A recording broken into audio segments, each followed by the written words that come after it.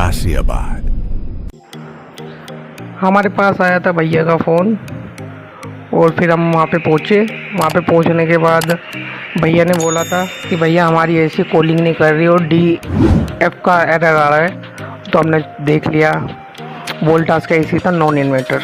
तो उसमें जाके देखा तो वहाँ पे भाई कंडेंसर बिल्कुल चौक था, जिसके मारे हीटिंग के मारे कंप्रेसर बार बार बंद हो रहा था।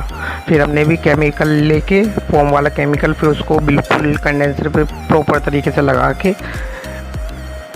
अच्छे तरीके से फिर उसको 10 मिनट छोड़ दिया है। फिर उसको फूलने दिया। फिर उसके बाद हम इंडोर पे चले गए।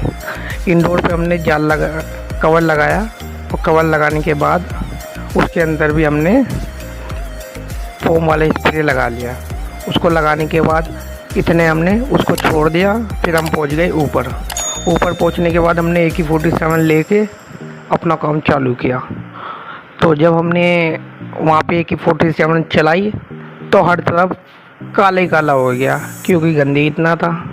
उसके बाद फिर हमने प्रॉपर तरीके से उसको AK-47 से तरीके से सफाई की और वॉश करके बिल्कुल जब तक गंदगी निकलनी बंद नहीं होगी, जब तक हमने उसको अच्छे तरीके से AK-47 से सफ़ा किया।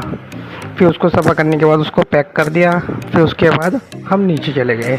इतने जो नीचे वाली कूलिंग कोयल थी वो अच्छे तरीके से फूल गई थी।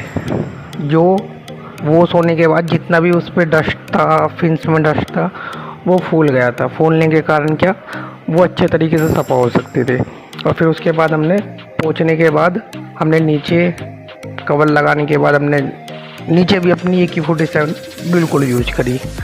यूज़ करने के बाद फिर देखा तो अरे दैया दैया, बिल्कुल गाद आ रही थी। गाद मतलब गाद माने बहुत ही काला, मतलब एक तरह से जाम था। कूलिंग कहाँ से आएगी? जब देखा तो कस्टमर ही बोला जी हाँ, हमारी AC में इतनी सारी गंद। अब मैंने बोला भैया तुमने जब 1 साल से 1.5 साल से सर्विस नहीं कराई है तो गंद तो रहेगा ना। फिर उसके बाद हमने उसको कूलिंग कोयल को अच्छे तरीके से वॉश किया, उसके ब्लोअर को वॉश किया, ड्रेन पाइप को वॉश किया। अच्छे से वॉश करने के बाद ब्लोअर में से भी पूरी 1 किलो धूल निकली थी।